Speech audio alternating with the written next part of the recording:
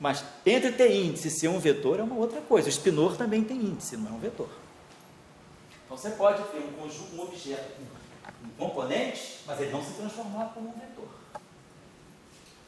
Então, esse objeto aqui, então, que a gente está mostrando é que se eu tirar o gradiente de um escalar e olhar a transformação dele sobre rotação, ele segue exatamente o padrão do vetor. Então, o gradiente de um escalar é um vetor. Isso vocês mostram o espaço normal também, pois não? Dentro dessa visão que você está falando, em eletromagnetismo a la Jackson, sim?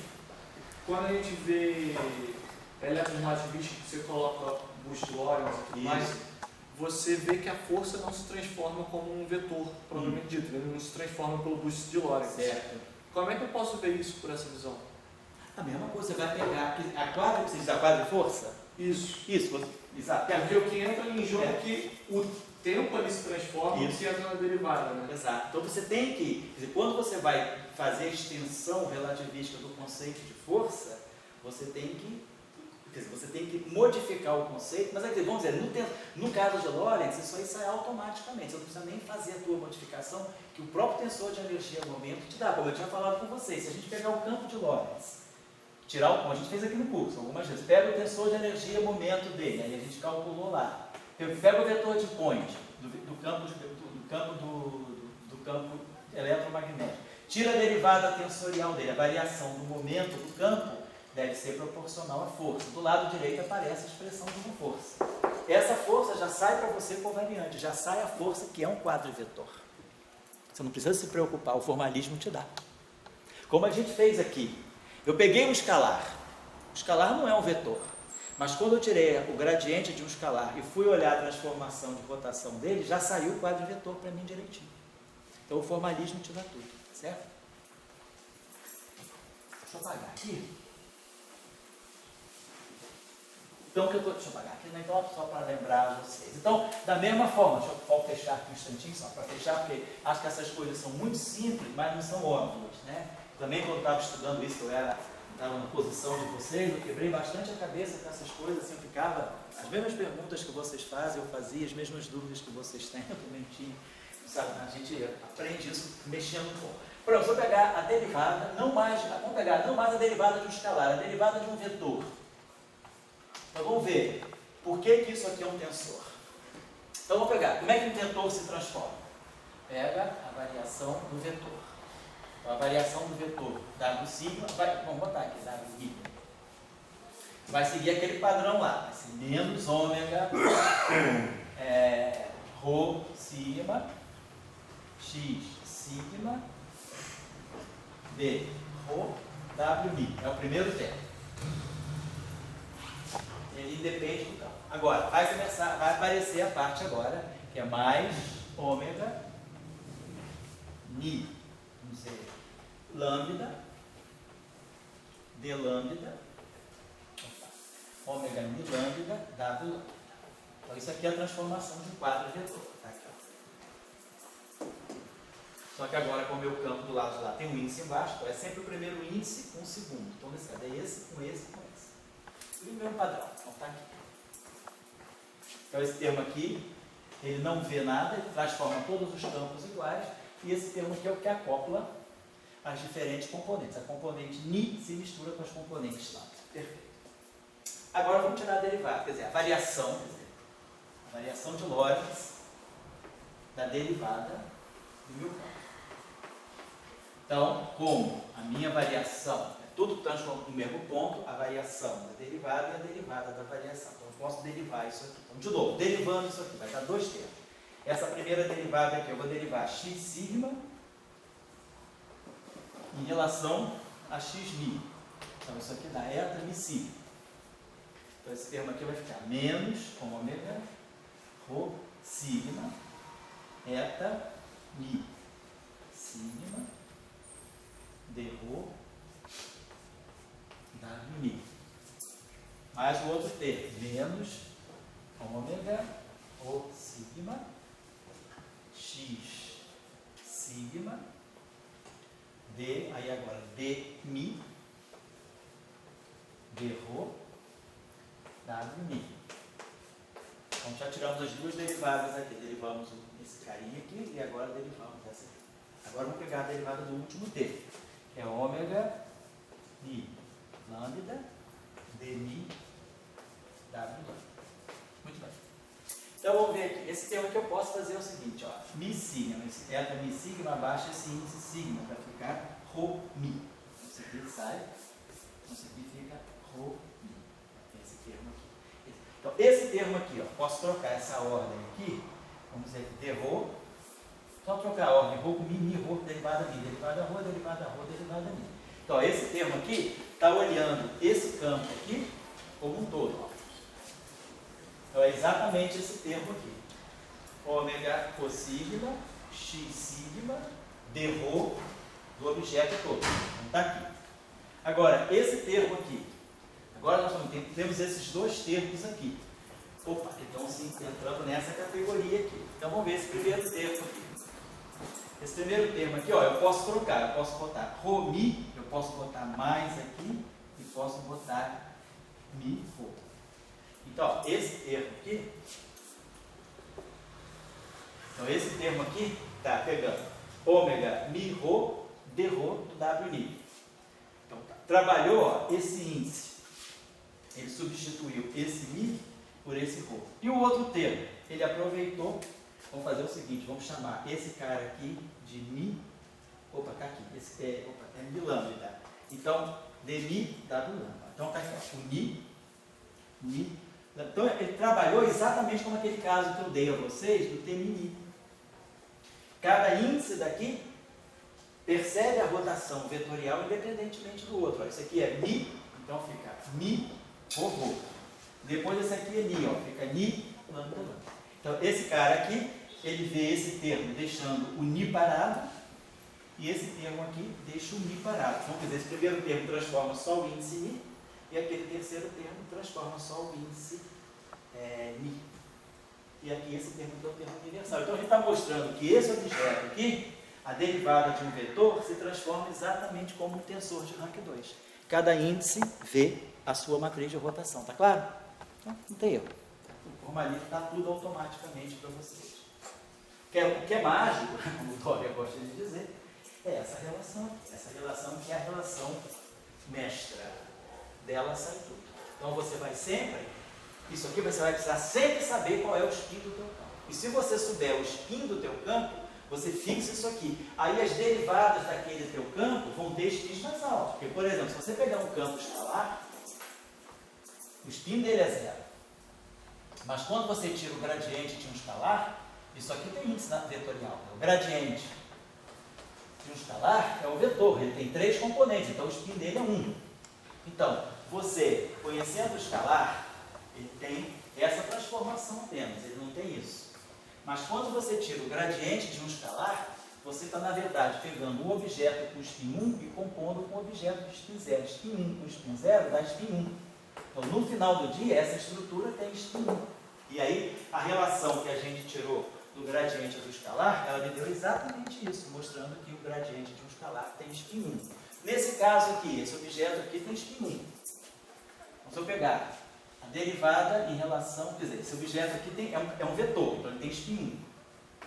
Mas o gradiente, a derivada desse vetor, também tem um 1. Então, isso aqui tem índice 1, 1. Spin 1 com spin 1 pode dar spin 0, pode dar spin 1 e pode dar spin 2. Então, esse tensor aqui, ele pode ter spin 0, 1 e 2. Claro, o spin 0 é a divergência. Se eu pegar a divergência desse vetor, é o escalar que eu posso construir a partir de um vetor. Então, se eu pegar, vamos pegar não o quadro, a derivada, vamos pegar a quadro de divergência de um vetor. Deixa eu apagar isso aqui. Então, nós temos a lei de transformação do vetor sobre rotação geral. Mas vamos ver como se transforma a divergência do vetor. A divergência do vetor é a derivada em relação a x'ni do w'ni, a quadro de divergência do vetor. Então vamos tirar agora essa derivada aqui. Essa derivada vai atuar aqui, vai ficar menos ômega cossigma. Agora, derivada x'ni do x-rho, x sigma. Isso aqui vai dar delta de sigma. Então, aqui vai produzir delta ni sigma. Aí aqui, d rho. Aí aqui vai ficar d rho, claro.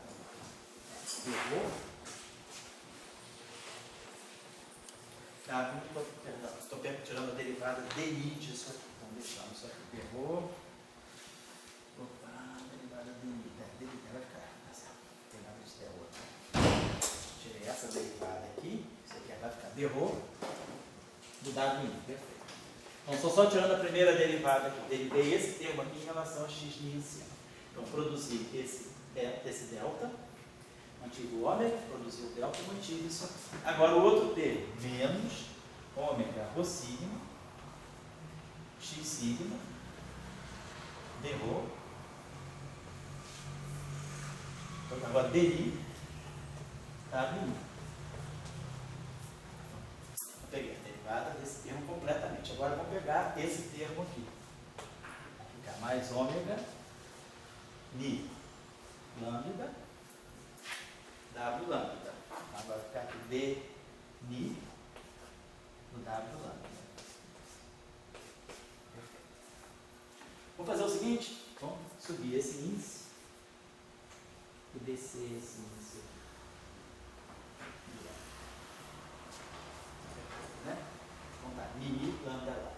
Então vamos ver o seguinte, esse termo aqui, se eu fizer ni sigma, esse sigma aqui fica ni. E aí eu tenho, ó, rho-ni, ni lambda, só trocando os índices, ó. Esse termo é igualzinho a esse, só que os índices estão renomeados, ó. Rho faz ni, sigma faz lambda. Então esse termo aqui é menos, esse termo aqui é mais, então eles se cancelam. E o que sobra para mim? Sobra menos ômega, rho sigma, x sigma, d rho, disso aqui. Ó, fica exatamente aquilo que é transformado de um escalar. Parte de spin desaparece, então a gente mostra que realmente a quadridivergência de um quadro vetor é um escalar no espaço de Minkowski, a lei de transformação é um escalar. Então tudo sai automaticamente, tá certo? Não precisa se preocupar. Sabendo como o campo se transforma, qualquer derivada você vai saber, certo? Como é que você explicaria para um galileano? Para um galileano, ainda existe? É você? Vantagem, mãe, fala aí. Aqui embaixo, os galileanos. Sei. Os galileanos da matéria condensada? Pois não. Muito orgulho. Bom, eu explicaria para um galileano que o spin vem da simetria. Eu diria o seguinte. Bom, primeiro de tudo, eu falar com um galileano o que é spin já não é tão simples, né? Mas tem que esse galileano seja um galileano de 1928. Ele já viu que existe spin na mecânica quântica. O que é o spin? Quer dizer, o que o spin faz para você? Vou dizer, para um galileano mesmo. Eles gostam de peão. Pois é, um cara que está no laboratório mesmo, o que ele vai ver? Aonde é que, quer dizer, o que o spin se acopla? O spin se acopla fortemente com o campo magnético. Então, a primeira colocação que eu faria é, se você quer ver o spin, quer dizer, o spin ele te dá aquilo que é a propriedade magnética do material, ele vai se acoplar com o campo magnético. O que o campo magnético dá para você? O campo magnético ele é muito ligado ao espaço-tempo. O campo elétrico não. Eu acho que no curso de eletromagnetismo eu estou falando isso. O campo magnético ele percebe exatamente o espaço-tempo onde você está. O campo elétrico ele é meio assim, ele é meio universal. Meio universal, ele é universal. O campo elétrico ele é um vetor em qualquer espaço. Ele sempre acompanha o espaço. Para onde é que você vai, o campo elétrico se adapta àquele espaço. Ele fica sempre um vetor. Se você vai para 2 dimensões, o campo elétrico é um vetor. Se você vai para 3, ele é um vetor. Se você vai para 4, ele é um quadrivetor. Se você vai para 5, ele é um pentavetor. Então, o campo magnético, ele não consegue te revelar em que espaço você está. O campo elétrico, perdão. Mas o campo magnético, sim. Porque o campo magnético, ele é um rotacional. A simetria de Gauge está toda no setor magnético, né? Que é B igual a rotacional de A. Então, você pode sempre acrescentar esse A de um gradiente de um escalar, que o rotacional não vai deixar passar. O rotacional do gradiente é zero. Então, o campo magnético, ele é muito mais, vamos dizer assim, microscópico do que o campo elétrico. Então, se você muda de espaço, seu campo magnético muda junto. Se você está se o teu mundo é um mundo unidimensional, se você vive numa linha, o campo magnético é zero. Se você vive num plano, o teu campo magnético passa a ser o pseudo-escalar. se você vive no espaço, o campo magnético passa a ser um vetor. Se nós vivemos num mundo com 4 dimensões espaciais, o campo magnético passa a ser uma matriz. 4 por 4 antissimétrico, portanto tem 6 elementos. Se você vai para um mundo, vamos dizer, de 10 dimensões, teu campo magnético, se você vai para um mundo de 10 dimensões, teu campo elétrico tem 10 dimensões, mas teu campo magnético vai ter 45 dimensões. Por quê? Porque ele vai ser um tensor de rank 2, antissimétrico, num mundo 10 dimensional. Então é uma matriz 10 por 10 antissimétrica. Então a matriz antissimétrica 10 por 10 tem 45 componentes. Então o campo magnético, ele se acomoda para cada dimensão do espaço que você está. Mudou o espaço, muda o campo magnético. Ele muda completamente de figura. Quer dizer, em uma dimensão espacial ele é zero, nem tem campo magnético. Teu campo não tem Maxwell, porque não tem propagação, você não tem campo magnético. Quer dizer, quem que vai suportar a propagação do campo elétrico se não tem campo magnético? Então, o mundo unidimensional realmente é um mundo completamente escuro, sem luz. Bom, então eu diria o seguinte, teu spin, ele se acopla com o campo magnético. E o campo magnético, ele te revela exatamente a estrutura do espaço. Então, no fundo, via campo magnético, o teu spin, ele reflete as propriedades do teu espaço-tempo. Então, se você olhar, por exemplo, do spin em 2 dimensões, então, spin, se o teu mundo é unidimensional, o elétron em uma dimensão não tem spin. Aí o elétron no plano, se o elétron está no plano, o spin dele é um escalar. Não é uma matriz de Sol. É uma única, não são as 3. Se você está no espaço tridimensional, o elétron passa a ter 3 componentes de spin. O spin é um vetor.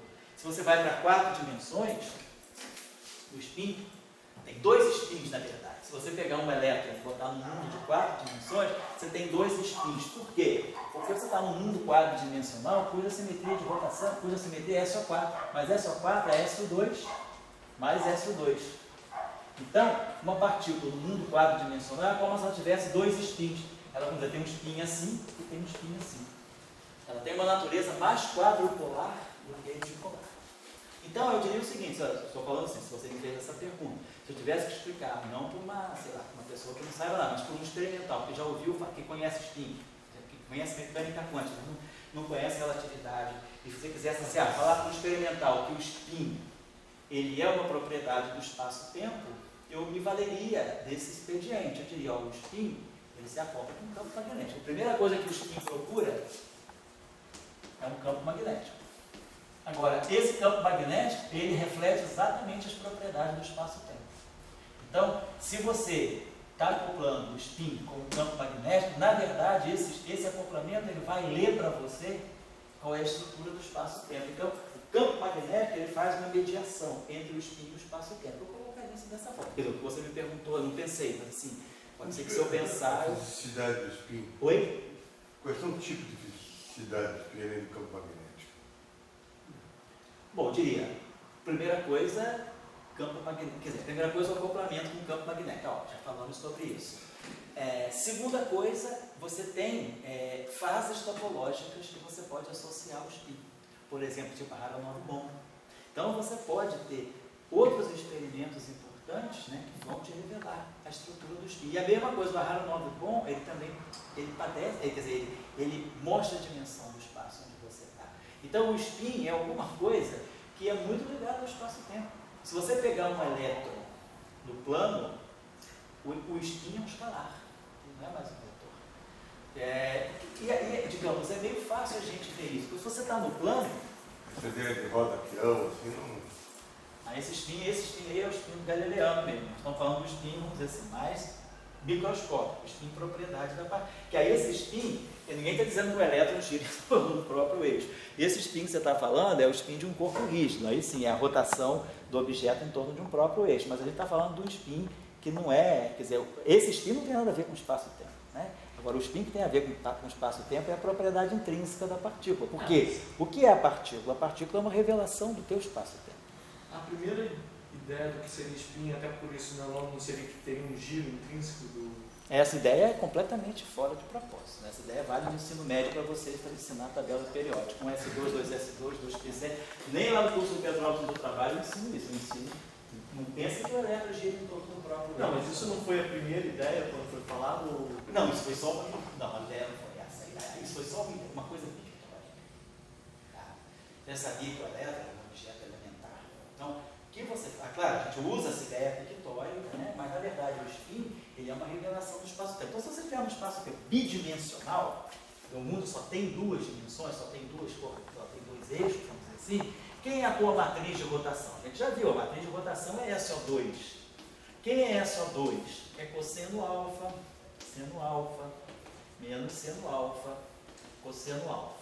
Aí você vai pegar e vai expandir isso em torno da identidade. Pega um ângulo muito pequeno. Então fica identidade mais alfa, 0, 1, menos 1, 0.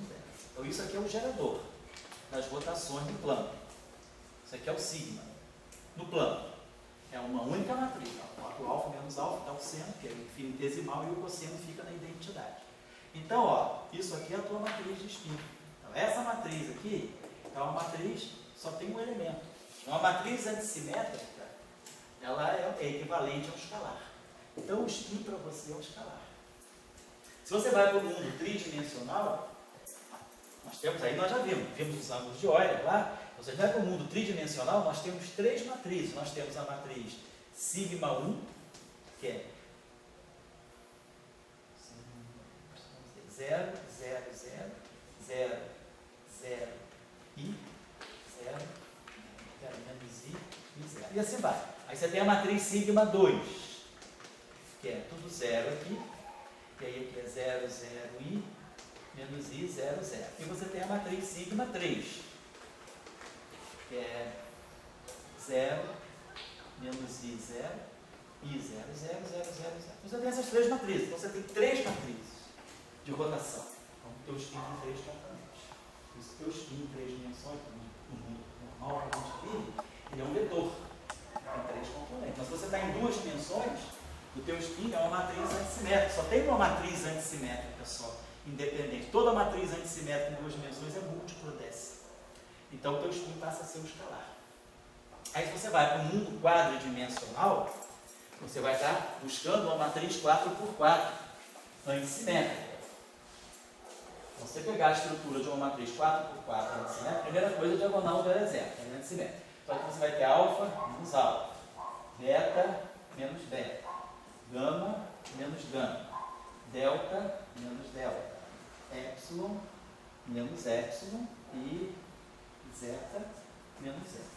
Então você tem alfa, beta, gama, epsilon, delta. Tem seis componentes. Então você tem seis componentes. Você pode mostrar que essa matriz aí pode ser decomposta, ela pode ser escrita como matriz que a gente chama de autodual e anti-autodual. Você decompõe duas matrizes 3x3 independentes. 4x4, mas com três elementos independentes. Então você tem dois spins. Então, se você vai fazer uma teoria, como você, quem estuda De Sitter em 5 dimensões, ou não De Sitter quadridimensional, De Sitter ou anti-De Sitter em 5 dimensões, você vai precisar de dois spins para escrever o capítulo. Então, o spin, ele sente, a primeira coisa, porque ele está ligado ao campo magnético, os dois sentem o espaço.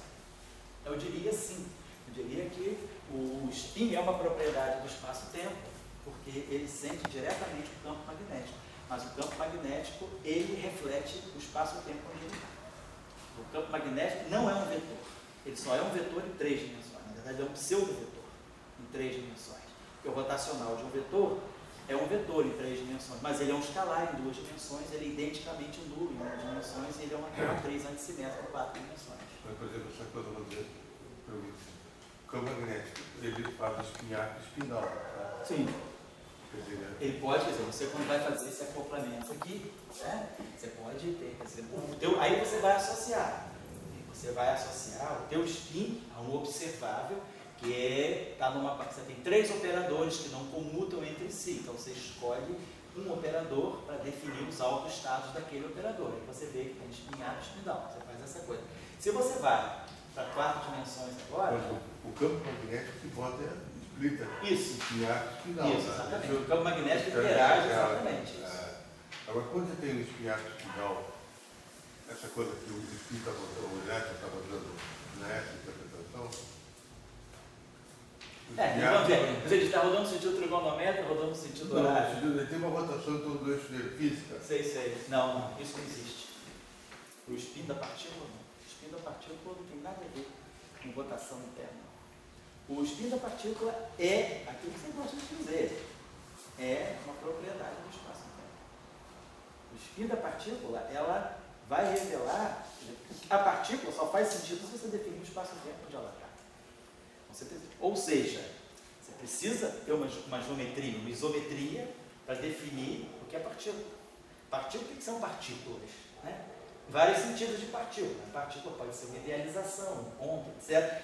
A idealização clássica, mas do ponto de vista quântico, o que é uma partícula? Uma partícula você pode ver de maneiras diferentes. O segundo grupo de Poincaré, segundo o professor Wigner, né? O que é uma partícula? Uma partícula é uma representação irredutível, unitária, infinitamente dimensional, infinito dimensional do grupo de Poincaré. Isso para o Wigner é uma partícula. Então, se você chegar para o pessoal da teoria de grupo e dizer, uma partícula é uma representação unitária, irredutível, infinito dimensional.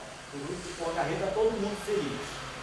Aí agora você vai chegar para o cara da física de partícula e vai dizer, o que é uma partícula aí para você? Pega o PDG, me diz o que é uma, pega o Particle Data Group. O que é uma partícula para você? Uma partícula para mim é um objeto que tem massa bem definida, spin bem definido, carga bem definida. Isso é uma partícula. Ela tem que ter massa. Não existe uma partícula que pode ter a probabilidade de ter massa tal ou massa tal. A partícula, massa é uma regra de super seleção da natureza. Então, você tem massa bem definida, spin bem definido, carga elétrica bem definida. A partícula não tem probabilidade de ter carga mais ou carga menos. A partícula, a carga é única. Não tem princípio de incerteza para a carga. Então, a carga é bem determinada. Então, isso é uma partícula para você. É um objeto físico que tem massa, spin e carga bem definida. Aí você chega com outro cara da teoria de campo. Fala, o que é uma partícula para você? Para mim, uma partícula é o objeto que corresponde ao polo de uma função de Green, dois pontos, renormalizada. Então, cada um vai ter uma noção de partículas. A partícula depende do teu ponto de vista.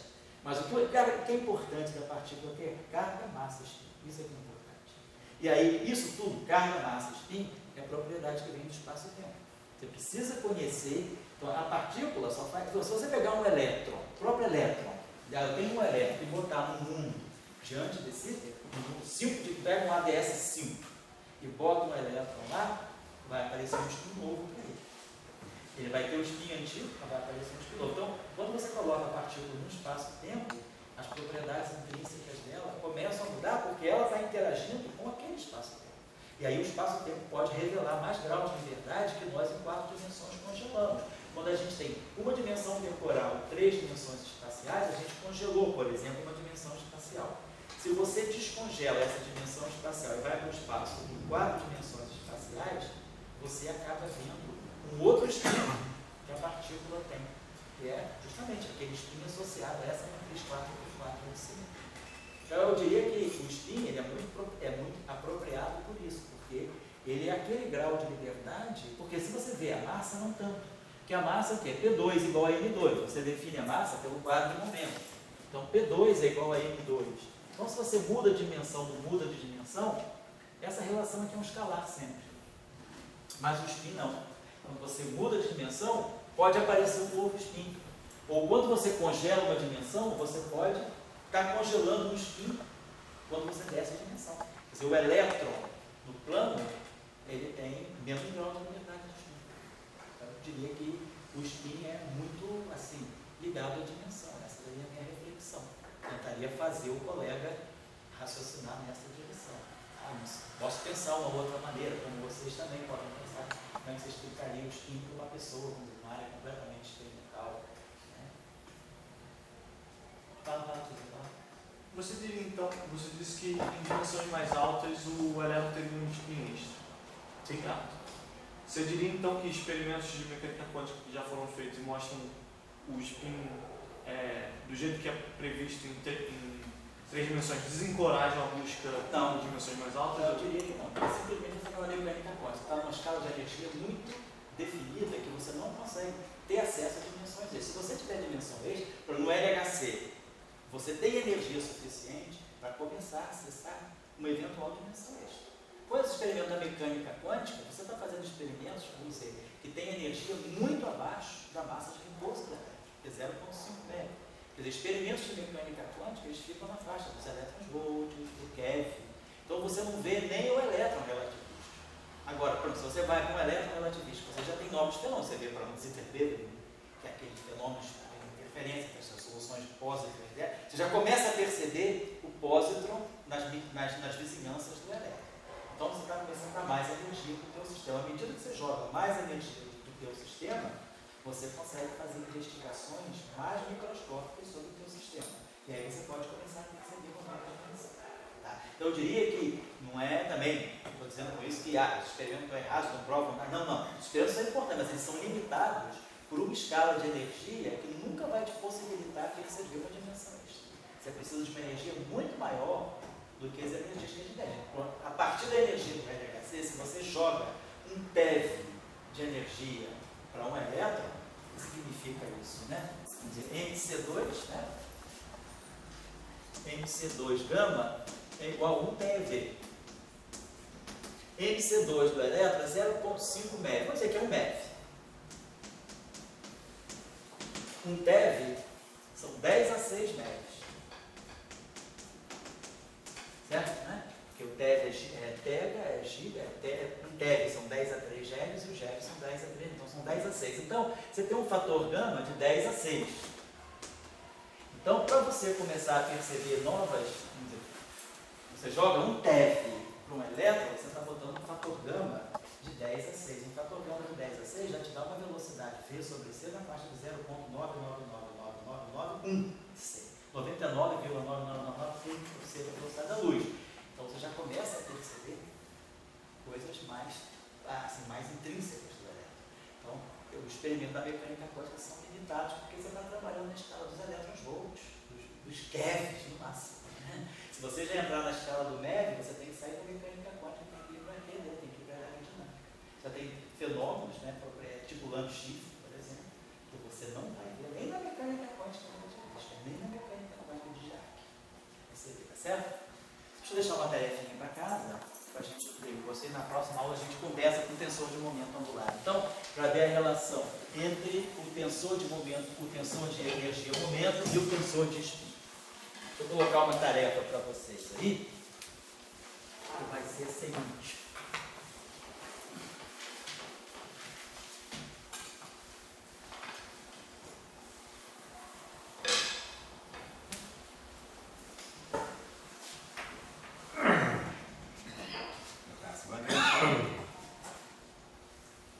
A gente tem um lagrangiano que depende de um campo escalar, de um campo vetorial e de um campo tensorial. Então tem 3 campos nesse lagrangiano.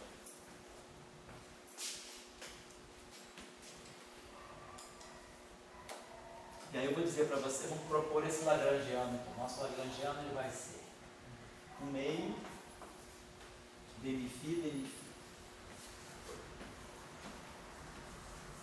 mais um meio dmi wmi dmi wmi.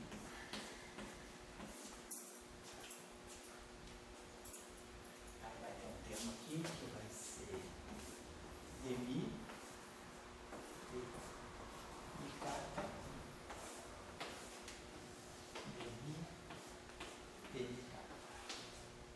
também tem mais um meio.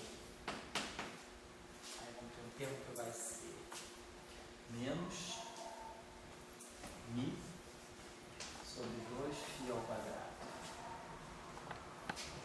menos lambda dmi-φ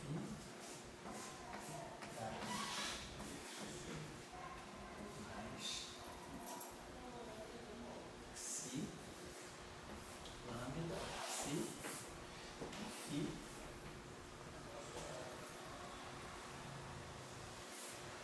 dmi wmi dmi. Então, se a gente tem essa densidade lagrangiana aqui, então eu vou pedir para vocês construir explicitamente o tensor de energia momento canônico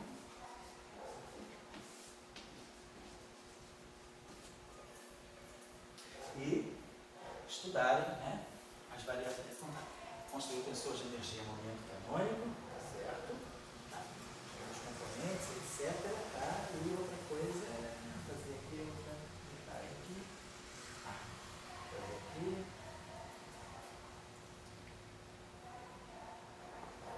Tirar o tensor de energia momento canônico.